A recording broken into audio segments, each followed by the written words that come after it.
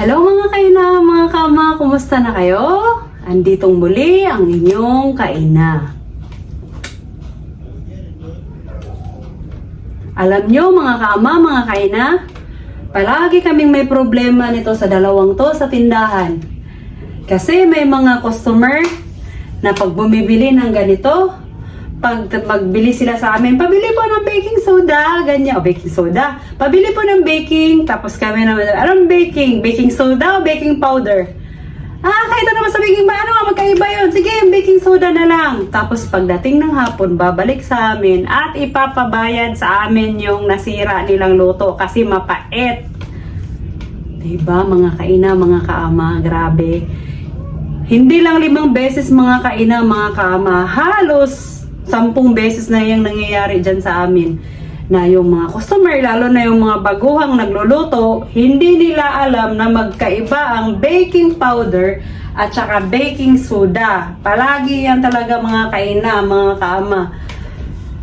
Ang ano naman siguro ito, kapag kilalanin nyo to, sa texture pa lang magkaiba na talaga. Pag pisil mong ganito, ito mararamdaman mo to magaspang. Ito naman, pag pisil, parang wala ka nang mahawakan. Ito. At saka ito, mas maganda siguro ito, pag ito ano nyo, ibabalot ninyo, or isasabit-sabit nyo, or ano, ihiwalay nyo talaga siya ng lagayan.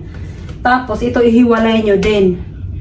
Kasi ito, lalo na tong pag nasubraan ang, ano nito, yung sa mga luto, mapait talaga siya. Kasi iba naman talaga to, baking soda. Kumbaga, karbonato. Yun yung tawag sa kanya. Kaya, kapag oras na nagkakamali ang customer, mas maganda, bago sila bibili or ano, liwanagin nyo talaga. Kasi sa amin, ilang beses na yan. Minsan, ang ginagawa namin para wala lang problema, kung totoo, imposible namang kami pang magkamali kasi ang tagal-tagal na naming nagtitinda ng ganito, alam na talaga namin kung anong pinagkaiba ng dalawang yan. Baking powder at saka baking soda. Ngayon, para walang problema, minsan binabayaran na lang namin para wala ng gulo. Kasi minsan pag ganyan, ang hirap-hirap makipaggulo sa customer sa halagang ganun lang naman. Minsan binibigay ko na lang para wala ng problema, manahimik ka na lang. Kasi ang hanap ko lang naman is hanap buhay lang. Ayaw ko na, hindi naman ako naghahanap ng gulo. Kaya sige sayo na. Ganon na lang ginagawa ko mga kaina, mga kaama pagdating sa gulo sa ganito. Kasi lagi talaga to. Kung totoo, tinatanong naman namin sila kung baking soda o baking powder. Basta sabihin na basta masabi lang nila, lagay lang din sila ng lagay. Kaya pagdating na nasira ang ano nila, niluluto nila, manggugulo sila ng ibang tao. Okay mga kaina, mga kama, ganito naman ang pinagkaano niya. Ito, pinagkaiba niya. Buksan natin para makita niyo yung texture niya. Itong baking powder, ang laman nito sa isang sako ay 14 kilos lang. Ito. Kakaiba talaga ang texture nito mga kainang kama, baking. Kasi ito, pag ginanon nyo siya, ito, pag ginanon nyo, parang wala kang mahawakan. Ayan o, para siyang gatas. Pero mas maano pa siya sa gatas. Yan o, bumabaon yung kamay mo. Hindi mo siya mahawakan. Yan yung baking powder. Oh, hindi mo siya mahawakan, di ba?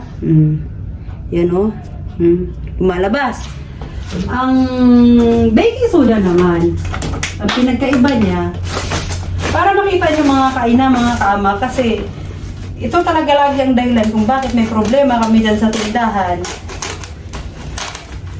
Nang dahil sa panindang ito na magkatunog ang pangalan, nagkapakaman din ako bakit naman magkatunog.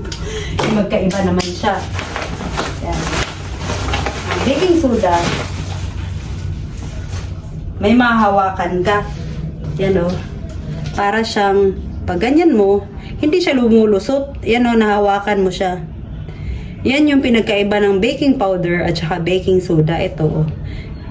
Itong baking soda, syempre, ginagamit ko yung iba pang linis, pang Panglinis, pang ano din, hinahalo din nila to sa mga luto-luto eh, pero hindi ganun kaparehas nito na ano, pang baking talaga. Ang palambot, ganito, ganyan. Ito talaga ang pinaka ginagamit ito. All purpose ito, panglinis, pangluto, pang puti daw. Diba? Kaya malaki ang pinagkaiba niya. So, alam nyo na mga kaina, mga kama, nahahawakan ang baking soda. Ang baking powder, hindi mo siya talaga bibigyan ko yan. Ang baking soda, baking powder, hindi mo talaga siya mahawakan. O, tingnan siya, o. Yan yung pinagkaiba nila, hindi siya mahawakan. O, lumalabas talaga siya pilit sa kamay. Okay, mga kaina, mga kama. Sana... Pero maganda rin to mga kaina, mga kama, ihiwalay nyo na lang nalagayan para wala kayong problema kasi para hindi nyo nadadanasin yung dinadanas ko dito sa dalawang to. Okay, mga kaina, mga kama, sana may natutunan kayo sa mga sinabi ko sa inyo at saka pinakilala ko sa inyo. Kung minsan, para hindi na rin kayo magkaroon ng error dyan sa tindahan ninyo kasi minsan ang hirap makipaggulo sa customer kahit minsan kasalanan nila, para lang wala na lang gulo. Sige na lang, go na lang. Para wala nang problema. Ang hirap. Kaya, subscribe kayo. Marami pa ako ituturo sa inyong tips at saka techniques kung paano kumita. Pinakilala ko lang to sa inyo para pagdating sa inyo, hindi na kayo magkaroon ng problemang katulad ko. Sige po, ingat po kayo.